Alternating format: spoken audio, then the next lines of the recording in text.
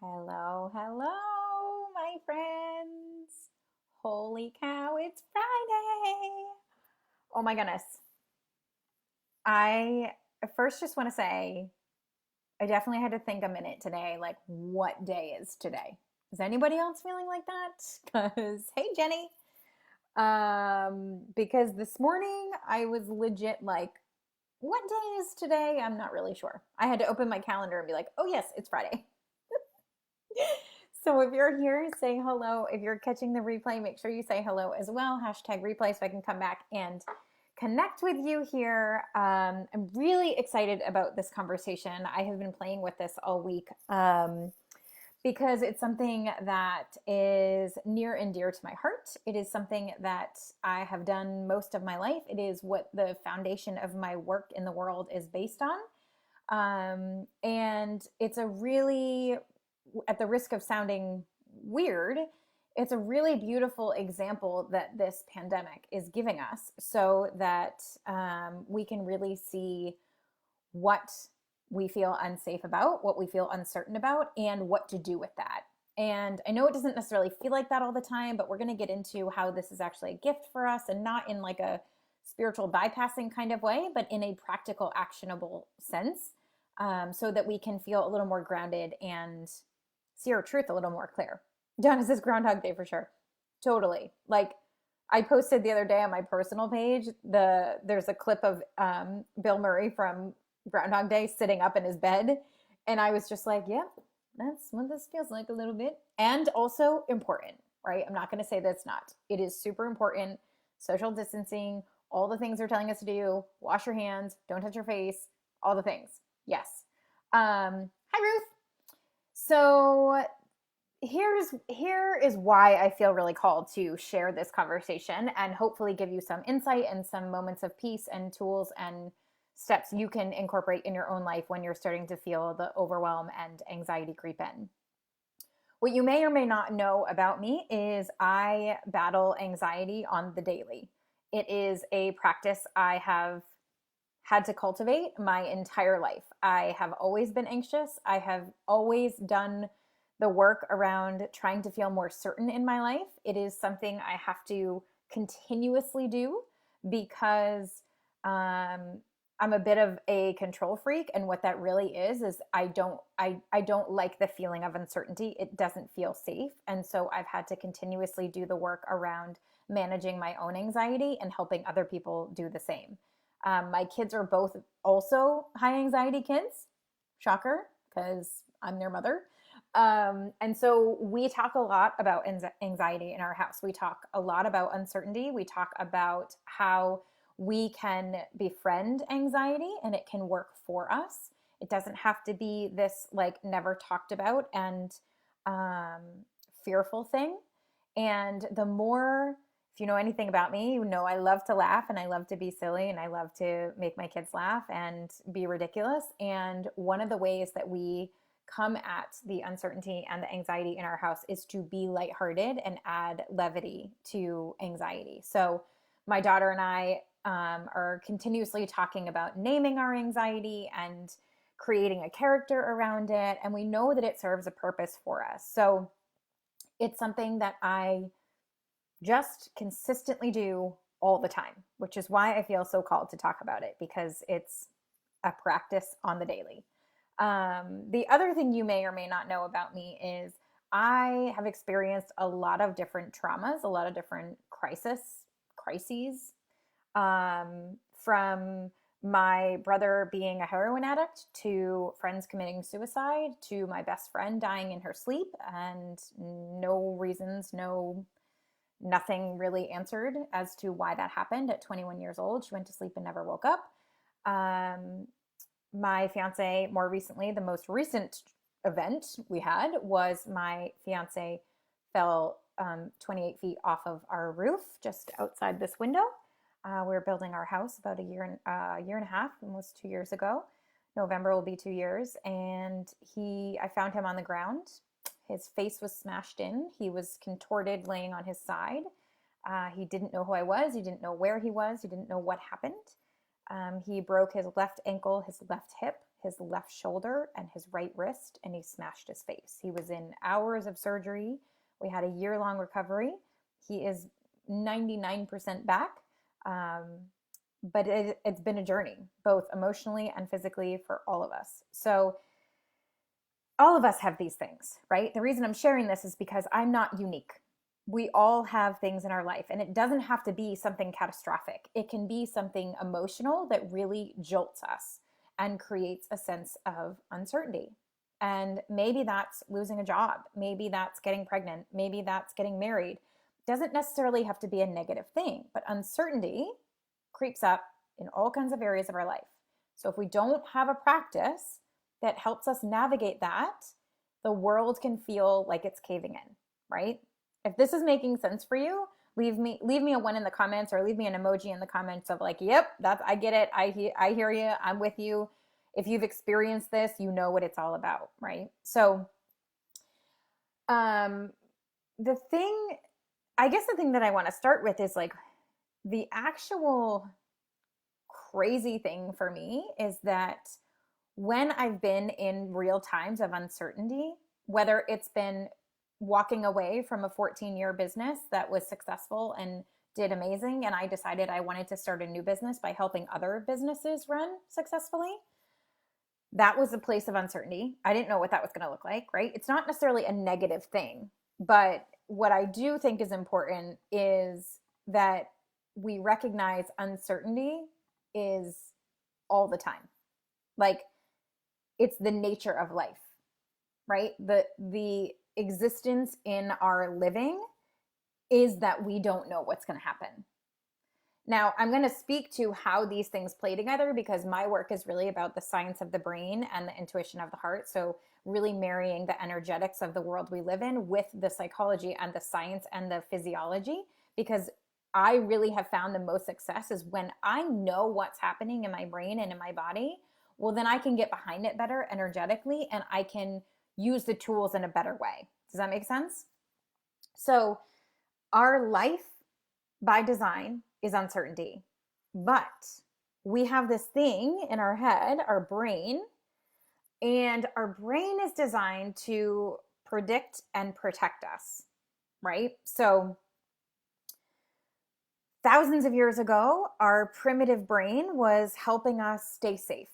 That's one of the jobs of our brain and our subconscious, is to stay safe in our environment and survive.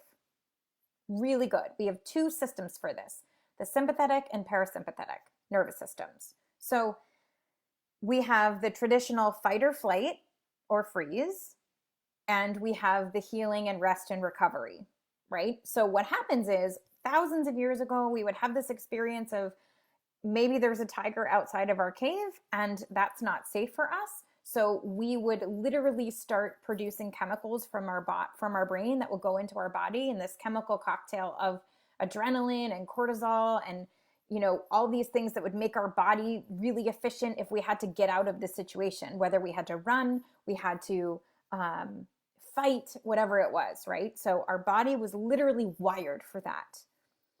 Now, over the years, our world has become different, and we are not coming out of caves and going into the wild. We are sitting in houses and going grocery shopping, right? So the difference is, our primitive brain is still wired for survival. So when we perceive something, I did a podcast episode a couple weeks ago, which was titled Fear Comes in Two Flavors, Rational and Irrational. And this is really relevant to this, because what happens is our brain perceives things that are, you know, a potential threat. But what it doesn't have the ability to do is to decide whether it's a rational or an irrational fear. So, you know, walking out in the middle of a street when a car is coming, it causes a sense of fear in us, which is really good. Our nervous system is doing its job in saying, hey, P.S., you're going to get hit by a car. Move out of the way. Thank you. Good for us, right? But then there's other things that happen where we're going to have a conversation that might be a little bit uncomfortable with our partner. And the same chemical cocktail gets released through our body because our brain is saying, this feels unsafe. This feels unsafe. Don't do this thing. But that's an irrational fear, right? You're not going to die by having a conversation. It may feel like it if it's something on your heart that feels really tender, but you're not going to die from it, right? But our brain doesn't have the ability to sift and sort what's rational and what's irrational. It just executes, right? So what happens is when we have a sense of uncertainty and we allow our body and our brain to get into the feeling of I might need to fight or freeze or flee, I might need to get out of this situation, I'm very nervous about it, we are actually compromising our immune system. We're compromising our body, and we actually turn off the part of our brain where we access our best creative thinking, problem solving, ways out of it, things to look at differently. That part of our brain actually shuts off. So the reason why I'm so passionate about getting comfortable with being uncomfortable and helping people navigate the thoughts they're thinking and the feelings they're having and training their brain for using your imagination in a way that serves you is because I know on a physical level what's happening when we totally succumb to all the fear. I know what happens when we turn off the part of our brain that allows us to be creative and to get out of situations and to see possibility and to live into where we want to go, as opposed to, be afraid of a future that hasn't even happened yet. Right?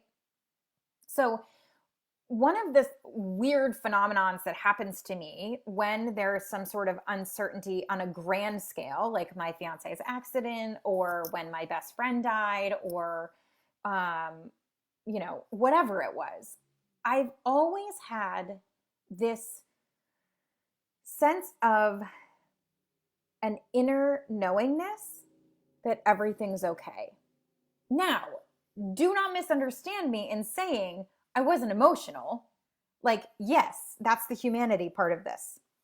There is definitely still a part where I was like, this feels really scary. I don't know what's going to happen. My anxiety is out of control. I don't know. But when I would go underneath that, just for a second, I could access the part that was like this inner whisper of like, everything's okay. Everything's always been okay, and everything's going to be okay. And that for me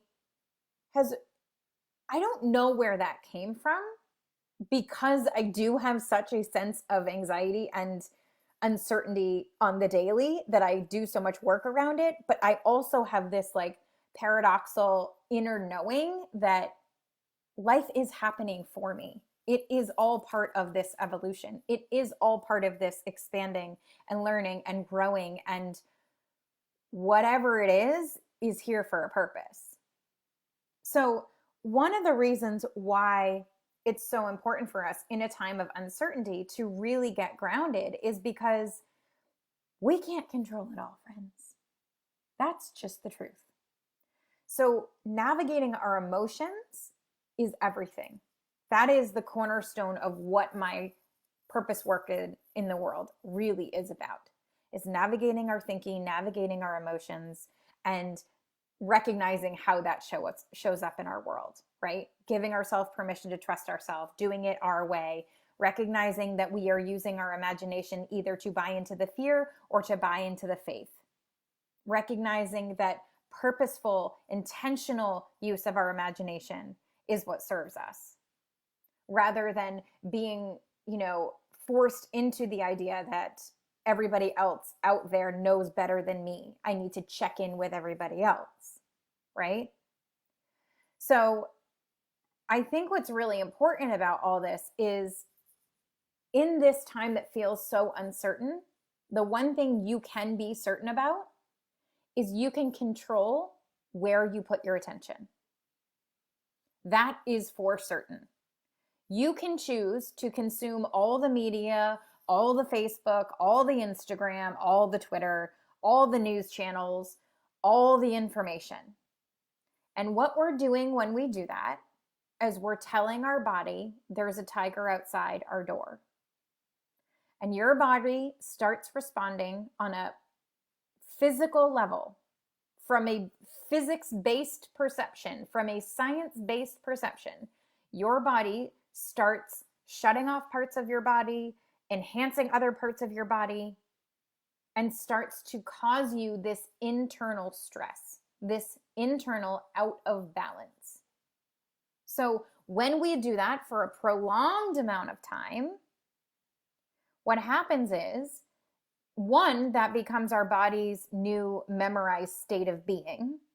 And that doesn't feel good because we're constantly feeling this on edge. Like I don't ever access a sense of peace. I don't ever access a sense of calm. I don't ever access a place of healing and restoring and balance and restfulness, right? So the parasympathetic nervous system is not getting a chance to repair and heal and go in and clean up all the mess that the stress made, right? So we're actually coming out of the gate subpar.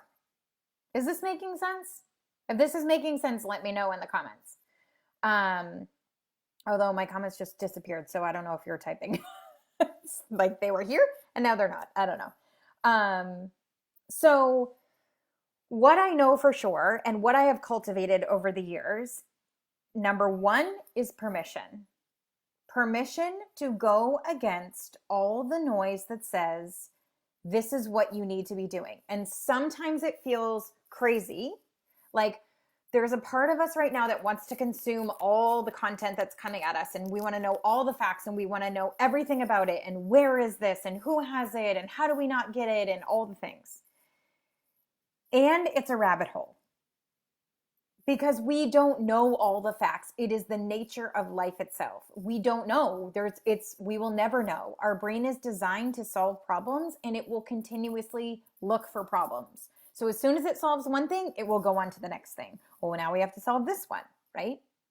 So if we want to cultivate a sense of certainty, we need to look at the things that we can control. We need to look at the things that actually are within our power. And the greatest gift I've ever given myself, the greatest gift of my human experience, is recognizing that I can control what my attention goes to and I can choose my feelings. When I choose my feelings and I choose my attention, then I get to choose what I experience more of. So yes, it is on me to cultivate what feels safe. And the permission part comes in. Thank you, Donna. I did just see that. That's awesome. The permission part for me comes in when I have to put the boundaries in place that serve me first so that I can serve others. Whether that's my family, my partner, my community, it doesn't matter. I have to be able to serve me first because I have said this since the beginning. You will hear me say this 1,000 times over. I cannot give what I do not have. From a literal sense and from an emotional sense. I cannot show up and support people unless I am supported in my own self. I cannot show up and say, let me love you if I don't love myself. I can't say, let me give you this thing if I don't actually have it, right? Does it make sense? So I have been spending the week pouring into what I know I need. I need my kids to feel safe. I need to feel like I'm present. I need to feel like I'm immersing myself in the things that make me feel good. If nothing else, you guys, mindset matters more than anything else in this season.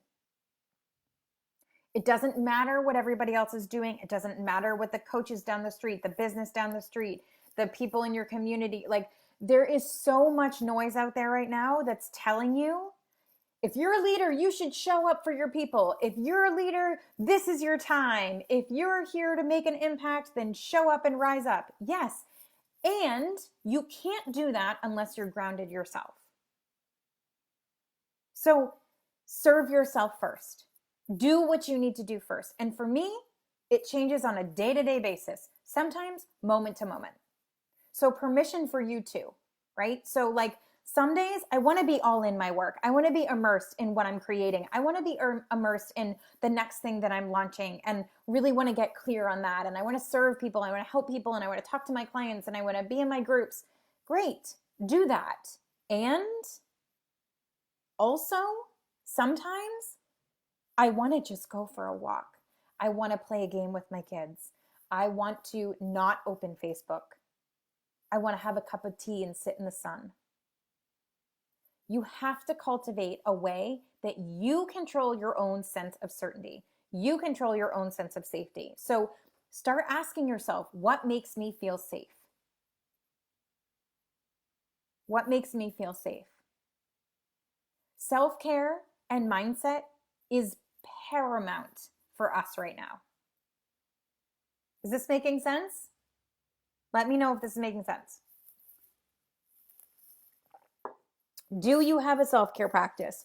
Do you have a practice where you are ignoring what the outside world is telling you? Do you have a practice where you're saying, okay, I know the world is pressuring me to show up, or I need to do this thing, or I have to do this? Those are indicators that you're doing it for an external condition, right? Do you feel like you're going to miss out if you don't do it now? Because everybody's telling you to miss out, or you're going to miss out if you don't show up now. And if you're not showing up now, you're not a real leader. Also, no. You have to lead yourself before you can lead anybody else. So right now, our daily habits are what are going to make or break us through this pandemic. What are you putting in your ears? What are you putting on your screen? What are you consuming? What is the energy that you are sitting in? What is the vibration that you are attaching to? Is it fear? Is it scarcity? Or is it trust? Is it certainty? Is it safety? I know it feels like we're not actually safe right now because the whole world feels out of control. But you can control what feels safe to you. You can control what feels safe within your own house. You can control what it feels like on the daily for yourself. So what is your self-care practice? Is it to take a walk? Is it to do meditation? Is it to hire a coach? Is it to get a mentor? Is it to have somebody listen to you? Is it to go to therapy? What is it that you need to make sure that you are activating your parasympathetic nervous system of healing and rest and restore? Because if we aren't doing that, then our stress response, hi Tanya, our stress response is going to overpower everything and we are going to start default living out of stress. And that doesn't help anybody, right? So I'm forever saying that the stuff on the inside is the most important stuff so that the outside is what we want. But now more than ever, this is it. This is everything. In order to lead others, you must lead yourself. You cannot give what you do not have. So for me, cultivating certainty comes from what are things that make me feel grounded? What are things that make me feel safe? What are things that make me feel like I'm in control? Because I can't control the whole world. Weird, but neither can you, right? But we can control how we navigate things, and we can control the thoughts we think about, and we can control the emotions we feel. And I am not, please do not misunderstand me. I am not saying bypass this and pretend like it's not a thing. Do not put your head in the sand. Do not put your head in the clouds. Do not pretend like it's not an actual thing. It's a thing. But if you are constantly living in a low grade state of tension and like ready to respond to any kind of stress at any kind of minute, you are compromising your energy. You are compromising your best thinking. You are compromising everything that's keeping you healthy. And you are compromising your immune system. So I said very early on when this whole thing started happening, the virus isn't the virus itself. I truly believe the virus is the virus of fear. And the good news for us is we can navigate that, right? So really start paying attention to, like, are the highs so high and the lows so low? That's an indicator that we're not managing our emotions and we're not keeping ourselves in a place of certainty and safety. Hey, Laura, right? So, one of the things that I'll share with you is I'm sure you've seen it, or maybe you haven't seen it, but a lot of you probably have seen it. This is a technique that's been around forever. I learned about this in my psychology training, the 5 4 3 2 1 technique, which is when you are feeling super anxious and you're feeling out of control. One of the ways to really ground yourself and come back to your body, come back to sort of the baseline of starting to rest and restore, is acknowledging 5 things that you see around you. So say out loud 5 things that you can see around you, whether it's the table or the chair or the door, whatever it is, 5 things that you can see around you, 4 things that you can touch. So whatever you can touch in front of you, your hair or the feet beneath, or the ground beneath your feet, whatever it is, 4 things that you can touch, 3 things that you can hear, right? 3 things, whether it's outside with the birds, or if it's something down the street, or if it's the kids in the background, whatever it is, but it's going to be outside of you personally, not your thoughts. 2 things that you can smell. So you can smell something like, I could smell my roller CBD oil, or I could smell my tea, or I could smell my flowers, whatever it is, right? And 1 thing you can taste. So my tea or coffee or whatever. And what this is really doing for us, this 5 4 3 2 1 approach, is it's moving our attention, it's slowing our breathing, because we're going to be breathing in and out as we're doing it, and it's bringing us back to a place of center and healing, right? Because we get to decide how this is going to look for us. So in a very practical sense, this is a tool we can access anywhere, anytime, with anyone. We don't even have to tell people we're doing it. I mean, you should say things out loud because it really helps you get into your body and shift the vibration and the energy in your body, but you don't have to, okay? So the other part of this, which is really what I have found my greatest challenge in navigating uncertainty and anxiety, is the surrender part. Surrender for me is like one of my greatest soul agreements in this world. Like, I really have to do work to loosen my grip on life, because that uncertainty and that sense of craving safety makes me feel like, well, if I can just control all the things, well, then I'll feel better, right? Can you relate to that? Does that make sense to you? But what I've really come to know, and this is a practice on the daily, moment by moment, is when I loosen my grip, when I trust in something bigger than me, whatever that is for you,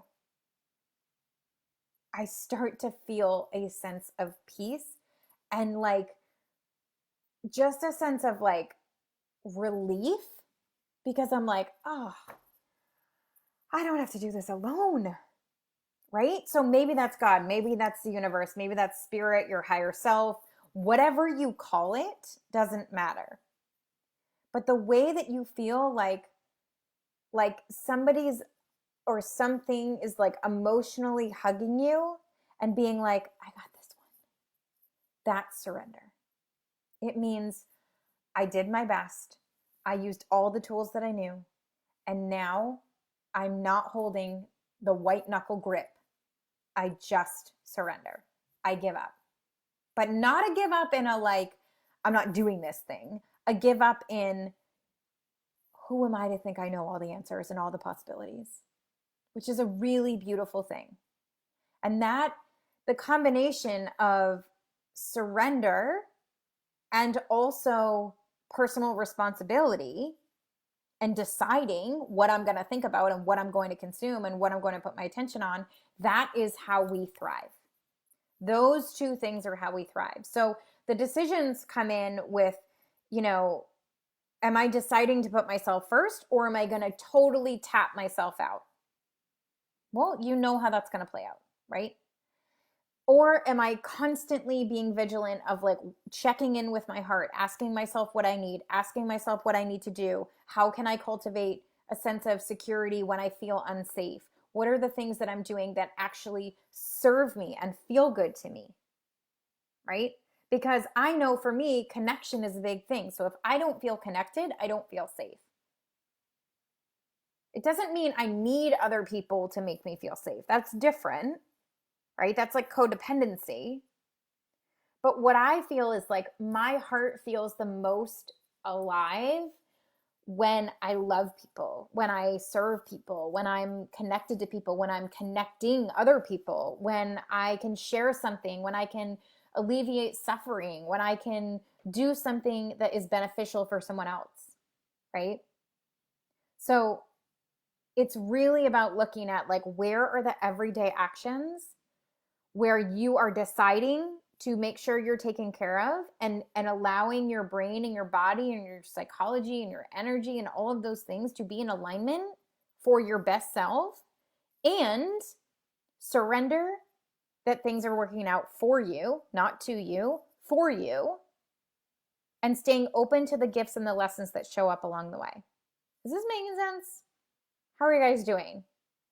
My comments went away again, so I don't know if you're here or not, but here we are. My internet's been very in and out, so I think it goes out and connects and then goes out and connects. I don't know. So hopefully I've been live for you the whole time. I'm not sure.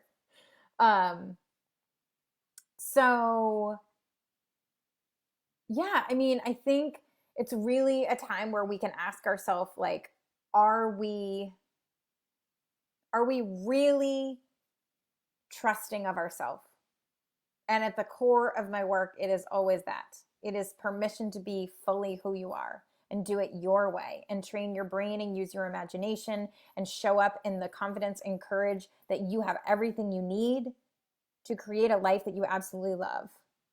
Oh, Laura, thank you. I'm here and I've been hearing you. Perfect. Thank you so much for letting me know.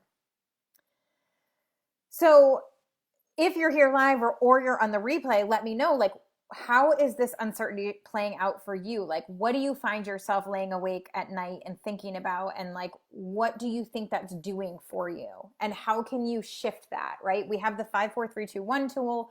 We also have journaling or voice memoing or asking yourself, what do I need? A simple question like that can change everything, right? What do I need right now? Sometimes I need to call my friend and be like, I'm going to lose my mind on day 700 of homeschooling and trying to work full time. Just going to lose my mind. And I'm going to complain about it for a second, and then we're going to talk about something else. Or sometimes it's, I need to go read a book on my own by myself in my room. Or it's, I need to just snuggle on the couch with my kids. Or I need a hug. I need a bath. I need a walk. I need sunshine on my face. What do I need? Yes, trusting yourself. It's everything. And that is really the work, right? Because our true confidence and our true courage comes when we navigate the fear of uncertainty of what other people are going to think, of what other people are telling us we should do, of what other people have expectations for, but speaking our truth about it. If there's one thing I know for sure, if there's one thing that I've done my whole life, it has gone into uncomfortable, uncertain circumstances and said what I've needed to say. And when I don't do that, it is like I'm turning inside out. It is like everything in me is trying to get my attention to be like, not the way, not the way, not the way, not the way. Right? Like, it's so important to trust yourself. And if you're having a hard time with that, because this is also a practice on the daily for me. I had broken my word to myself so many times. I really had to work to rebuild that trust and speak up, even when it felt uncomfortable, even when it still feels uncomfortable. But to know that the confidence in myself and in my truth is more than anybody else out there matters. Like, what I believe about me, what I know to be true, is more important than checking in with everybody else, right? Like, that is freedom. Laura says, I did breathing exercises this morning and I felt a lot better. Yesterday, I wound up taking a 3-hour nap. I was done yesterday and so thankful for the gift of sleep to help me feel better today. Yes, yes, yes. I'm so sorry you were feeling so tapped out, and beautiful indicator that you totally did what you needed, right? You needed to, first of all, a nap is like the best way to reset, right? So I love that you honored what you felt you needed instead of pushing through, right? We're so conditioned to just like get through it. And that's the other thing. Like, we're never going to outcertain uncertainty. We can't become certain about the very nature of living, which is uncertainty. We can become certain in our practice. We can be certain in ourselves. We can bet on ourselves every time. But we have to be willing to drop into the uncomfortableness that this human experience is about uncertainty by default, right? But the problem is so many of us are running around trying to control all the conditions that we actually don't ever feel safe. And we think we can control everything. But when we surrender and do the things that we are in control of and give up the rest, surrender the rest, that's the sweet spot. It's making decisions and it's also surrendering. This is making sense? So for me, in a time or an experience, whether it's been good or bad, right? Uncertainty is also good or bad, right? Starting a new business is really fun and exciting. And people now more than ever are realizing, I have some time on my hands. I have this passion. Maybe it could be a business. Maybe I could make a little bit more money. I don't even know what that would look like. Thank God everybody in the world knows what Zoom is now. We can do work virtually, right? It is so fun for me to help people step into this passion they have. I don't do anything. I just reflect to them what they already know. And sure, there might be systems and structures and strategies and things that we go into that are aligned for them specifically. And that's fine. But it's totally uncertain. I walked away from 14 years of photography because this was calling in my heart with no idea of what it was going to look like. It's a good thing. Uncertainty can be good. But it can also be scary if we choose to language it that way, right? So we can approach uncertainty with curiosity and wonder, or we can approach it with fear and anxiety. But that choice is yours. Sometimes it's a little bit of both. I like to call that scare-sighted. When I know something makes me feel scared and excited, I follow it. Because I think uncertainty has gotten this bad rap where it's just like uncertainty is unknown and unknown is death. But the truth is, there's so much possibility in uncertainty. And when we can be certain about the way we navigate it in our emotions and our thinking and our being and our energy, well, then uncertainty becomes curious and full of wonder and full of possibility. So if you're feeling like you want to cultivate more certainty in your life, surrender to the fact that life by default is uncertain, but what you can be certain about is your practice to feel more certain in the uncertainty. Does that make sense? So if you're feeling anxious, access the tools. Use the 5, 4, 3, 2, 1. Use the journaling. Just brain dump. Just write everything you're feeling, because what happens is so many of us want to hold all this stuff in our brain, and our brain doesn't know the difference between what's real and what's imagined. And so our brain starts going to work on the things that we're imagining and finding evidence of those things, right? It's sort of like the way Netflix and Facebook algorithms work. It's like Whatever I start to look at, Facebook shows me more of that. Whatever I start to think about, my reticular activating system starts to show me more of that. This is how it works. This is how we get the life we want. What are we programming our reticular activating system in our brain, the RAS system in our brain? What are we scanning for? Are we scanning for fear? I am not downplaying or discounting any of the actual fear that's happening in the world. It is a very real thing. I am not saying ignore it. Do not bypass it. It's not a bypass. But do you want to marinate in it? Do you want to marinate in the fear? Or do you want to marinate in the possibility that this is an opportunity for you to do something different in your life? To love more, to pay attention more, to be connected more, to share your gifts more, to start your business, to show up more. What is it for you? Because where there is something that feels uncomfortable, there's an equal thing that feels comfortable. It's a law of polarity, right? When there's something bad, there is something good. We just aren't looking in the right spot, right? So start to access the tools that are there for you. Journaling is a great way to write your feelings, because what happens is when we want to hold all those things in our brain, we actually get that energy stuck in our body.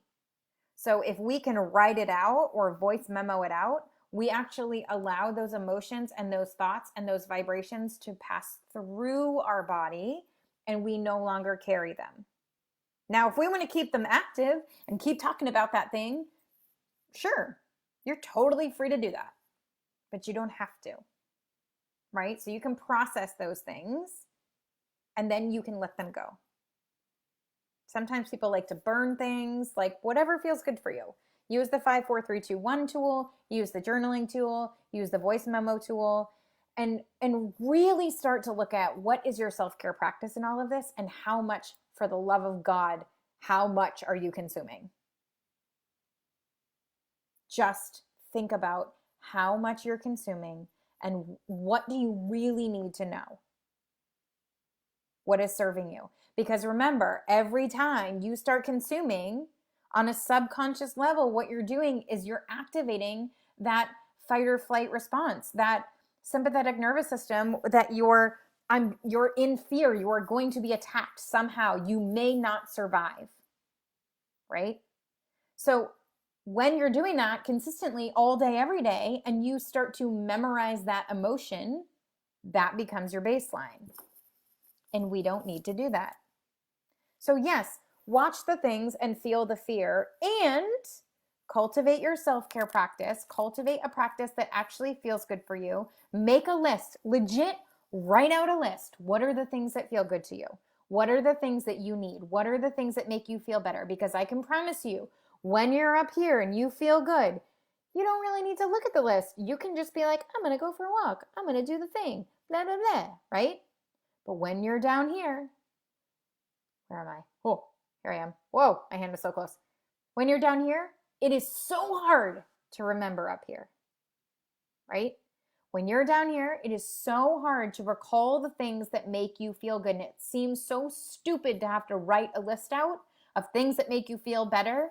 But I promise you, if you do that and you make an agreement with yourself to access that list when you are in the low, and commit, I know when I'm feeling this way, I'm going to do one of the things that make me feel up here, and then do them, you change your frequency, you change your vibration, you change your energy, you change your psychology, you change everything about your being. That's the point, right? Donna says, shifting from fear to humor, find the humor in the madness, and then shift to watching a good video, YouTube presentation, something on Gaia TV, my personal favorite, yes, and catching up on online trainings from Hay House that I forgot even existed. Shifting focus is the key. Carrie, I couldn't agree more. Even watching the live stream of the president and the governor, seeing all the negative and hurtful comments of the people that are watching is mind-boggling. But I look at them and just laugh because I know, because that's how I choose to see it. Because that's how I choose to see it. Send them love, wish them peace, and maybe someday they will find their light. Absolutely. Here's the most beautiful thing you said about that. Well, first of all, humor. I love that. Absolutely. You are so intentional, Donna. That's such a beautiful example for yourself, that you trust yourself, that you know what you need, you can consume what you need to know, and then you can interpret it the way that actually serves you. So celebrating that.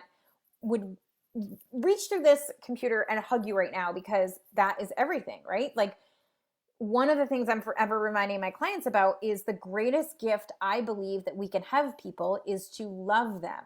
And what I mean by love is the acronym Let Others Voluntarily Evolve. What do I mean by that? Type that in the comments if you're here with me. Let others voluntarily evolve. Now, for me, this has been a practice in my anxiety, in my uncertainty, in my control freakness, in my wanting to have my hand in everythingness. When I come back to love, the acronym of love, I am reminded that everybody's having their own experience. It is not up to me to make people do anything except have their own experience, right?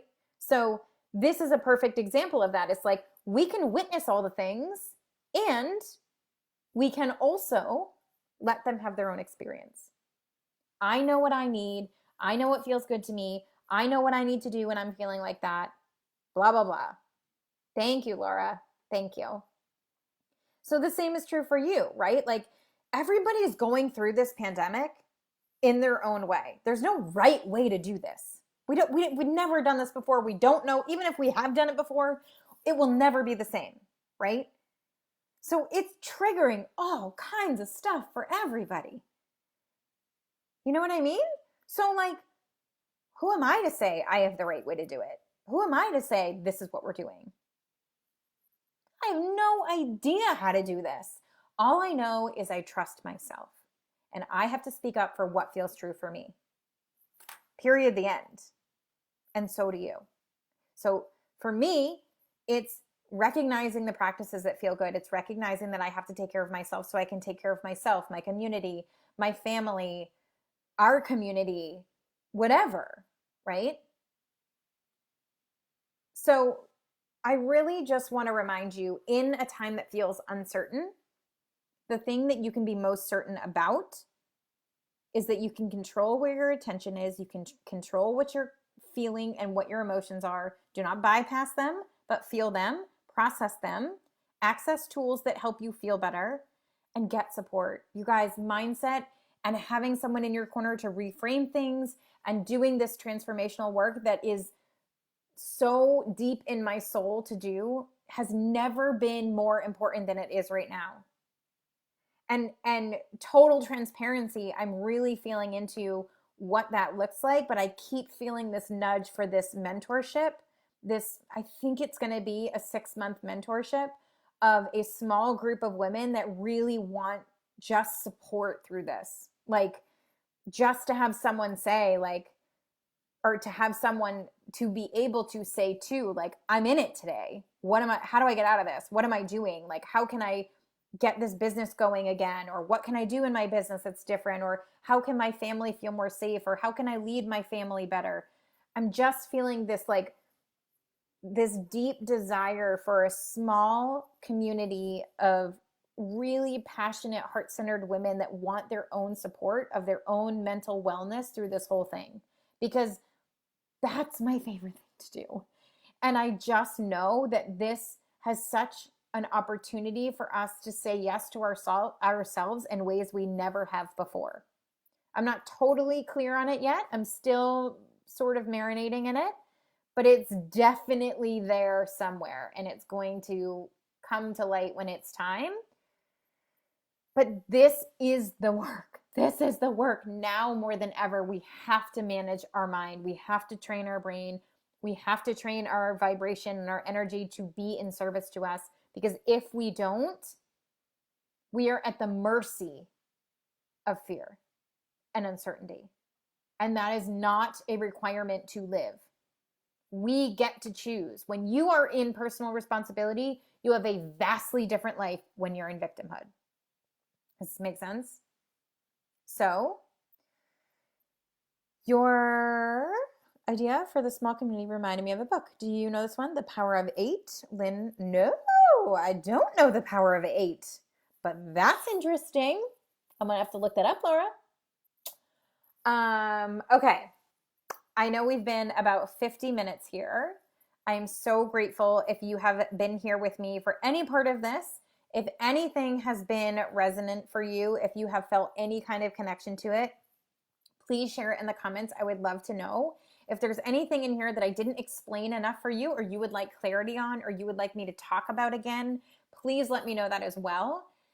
And just let me know, like, how are you feeling? How is this going for you? Where do you need support? Is there anything I can do to support you? Is there anything, like, what is on your heart? What do you need right now? Is there anything that would be of service to you? Because I really want to make sure that we feel supported here. If you are in a place where you are actually realizing this is the best time for you to get support, and you want to hire me as a mentor to actually walk through this with you, I would love to talk to you about what that looks like as well. So feel free to send me a message or comment here as well. But I'm really passionate about helping people create a sense of freedom for themselves, and that's always an inner thing, right? That creating a sense of certainty is by betting on yourself and cultivating the practices for yourself within, so that outside does not have a cascading effect over you. You are empowered. You are coming from a place of confidence and courage and navigating fear in a way that is best for you, right? And it's totally possible. Yes, even in a pandemic, it's totally possible. So I love you. I'm so incredibly grateful for every single one of you who have been here live, who are catching the replay, who are messaging me, who are commenting, connecting with others in the community. It's been so fun to do the Q2 questions, the quarantine questions. It's been really fun to get to know you guys a little bit better and have you see each other a little bit better. I'm going to continue to do those. I think it's just a fun way to like lighten things up a little bit and be a little bit playful. So let me know if you're enjoying that too. And yeah, and we'll chat soon. I love you. Stay safe. Wash your hands. Keep your social distancing. And I will talk to you soon. Bye, friends.